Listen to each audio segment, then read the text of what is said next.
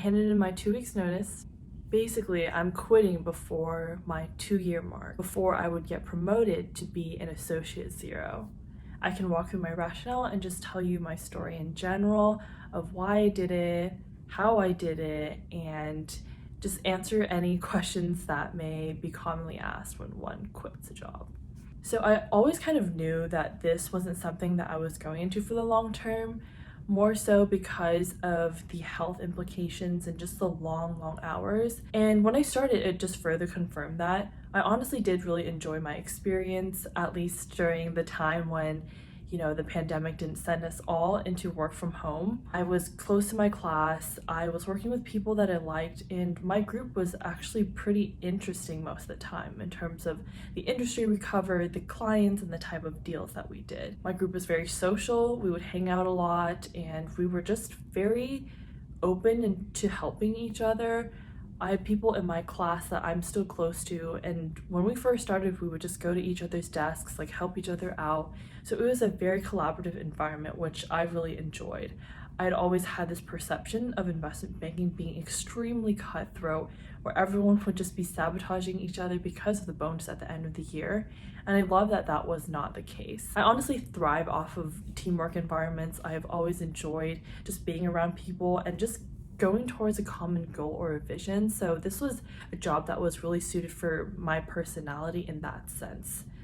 Simultaneously, it became very clear of why it wasn't sustainable. And people say they work 80 to 100 hours, and I know that's more on the extreme end of it, but once you are in it and you end up working basically every day for almost the entire day, it is going to take a toll on you personally. I work for 16 hours a day on average. I'm trying to have a social life as well, but that is mostly at the office, so I was very lucky to have that. And I also want to try to get sleep and be healthy. And it's one of those those triangles that they talk about when you go to college. It's a social life, sleep or good grades. It's kind of similar to that, where it's work, and then maybe a social life, and then also your health, but you can only choose 1.5 instead of 2 or maybe 2. Maybe I'm just being dramatic about it. Halfway through, or less than halfway through, in around March, that was when the whole coronavirus situation really blew up. We started the whole work from home initiative, and yeah, all of that was gone. During my time working from home, that's when I realized what my favorite part of the job was.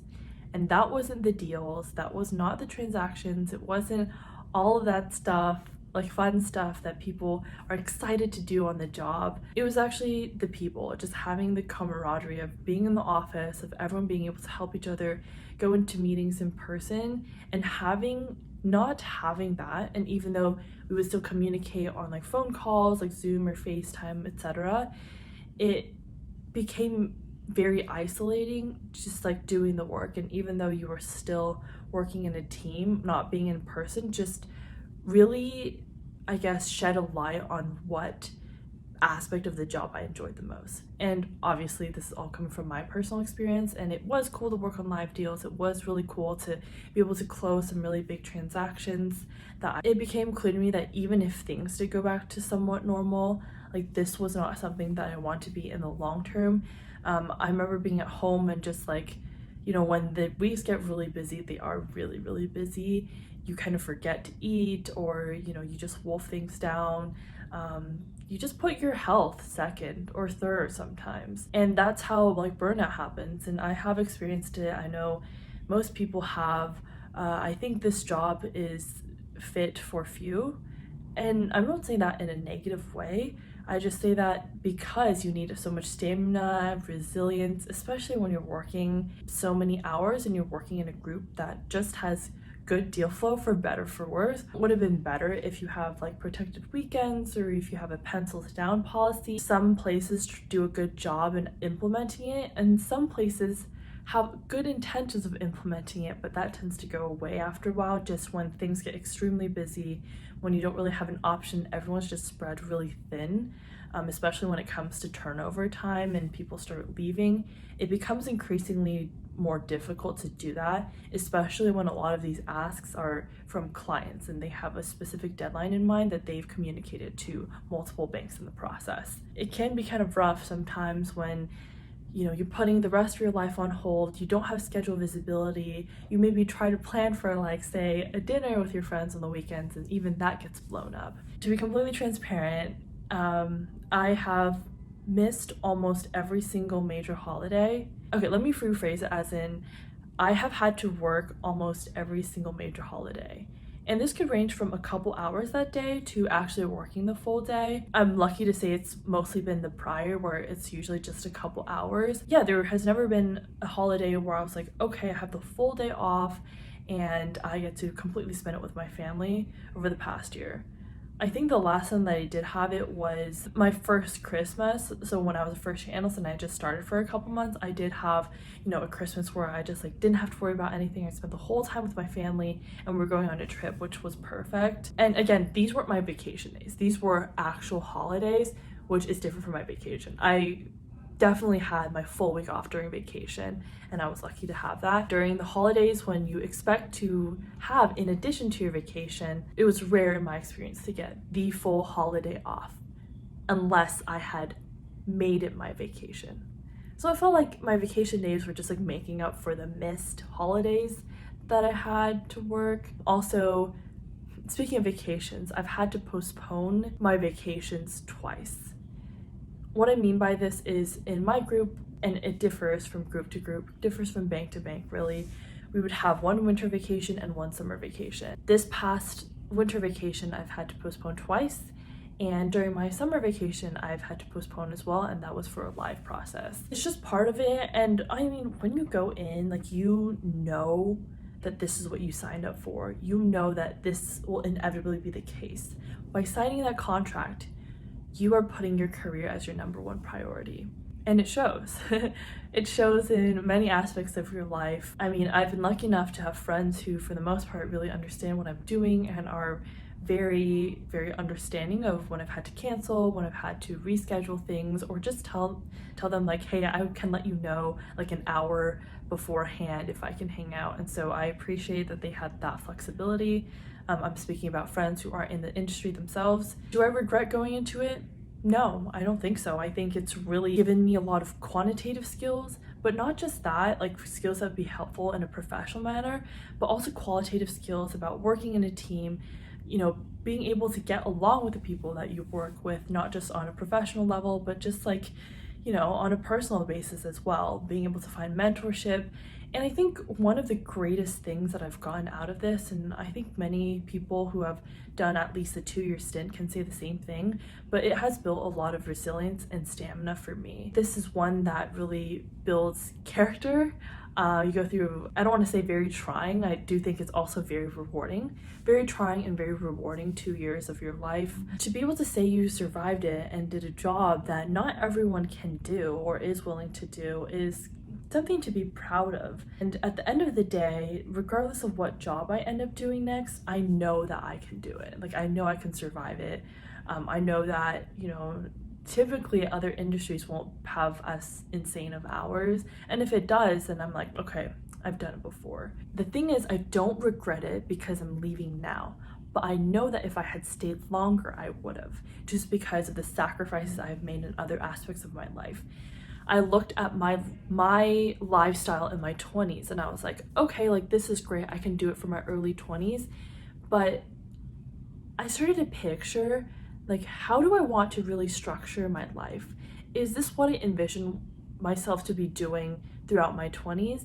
And the recurring thought I had was, there's so much more to life. There's so much more that I want to do in this decade that is very formative in my 20s, and I don't want to miss out on that. I don't want it to be too late, and because I've been spending my hours at the office, and I know that in my deathbed I won't wish that I got another live deal. I don't wish I had closed one of the biggest deals in the world that was very transformative to a company and will probably go down in history as one of the coolest deals. That won't matter to me at the end of the day. I know what will matter to me is the experience that I had, all the memories that I've made with people that I really, really care about, And yeah, I do want to be working at a job that I really like and I think is really cool, but I won't be wishing that I had done more in my job. Putting my 20s on hold in a way, but putting my career on a catapult trajectory was a trade-off that I was willing to make. I just know that if I continued to make that decision,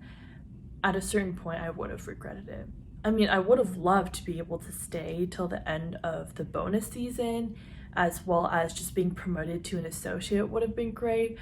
The timing of my new job, which I will talk about, and this just didn't necessarily align. At the same time, I don't regret it because I feel like I'm being made up for it in different ways, if that makes sense. At this very point, at least in my group, everyone has been incredibly stretched thin, and I know of potential other departures that would have made my burnout even stronger. Like, okay, basically everyone is extremely completely being crushed right now, and unfortunately I know that by me leaving it only contributes to that, but I know that if I'd stayed those months it would have just been like non-stop until I decided to leave during the summer. So even if I knew I was gonna get like the top bucket analyst pool and I was gonna get promoted, and I think a factor of that is just being excited about the next thing that I'm doing. Yeah, it's pretty surreal. I think reflecting back on my year and a half, I feel extremely fortunate to have met the people that I have met. I have found people who are more senior to me, who are willing to champion me, and it was so sweet when I was on calls with them. They basically said later down the line, like, love to keep in touch, but if you ever need a recommendation, a reference, anything like that, later down the road, like, please don't be a stranger and reach out to me. And I'm planning on just like grabbing drinks with them even if we aren't working at the same company. I think it's really important to keep those connections, to never burn bridges, and that's why you definitely should put in a 2 weeks notice, and I will discuss my whole quitting, resigning process as well. Yeah, I have like more than one person who I can call my mentor, and I think I've really been very fortunate. It was very bittersweet when I was sending out my email, when I was doing my rounds of calls and just telling people, and I was so nervous that it would not necessarily be taken well. But one of my mentors said this to me, and he basically said, everyone should be supportive of your decision.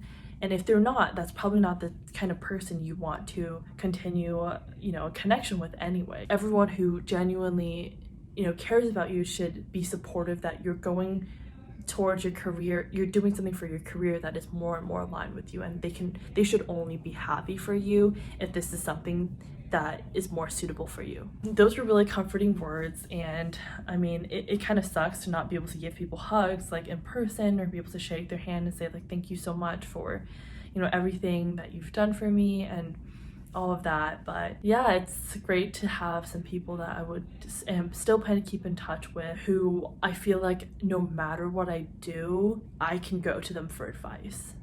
Even if we don't have this company as our connection. Yeah, it's been quite a ride. What am I most excited for? I'm most excited to sleep in, and just during this transitionary period where I'm not actually working before my new job, is to sleep in, do whatever I want, revisit old hobbies, and just be able to schedule things without having the worry that it'll be canceled because like something popped up and now I'm working the rest of the evening. I don't know if it's just me, but just like waking up without like your heart beating out of your chest, like the moment you wake up, you have so much on your plate and there's so much to do.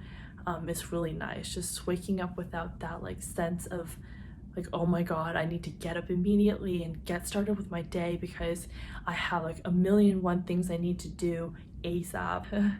The lack of stress has been unreal, and I love it. Again, it has made me much stronger.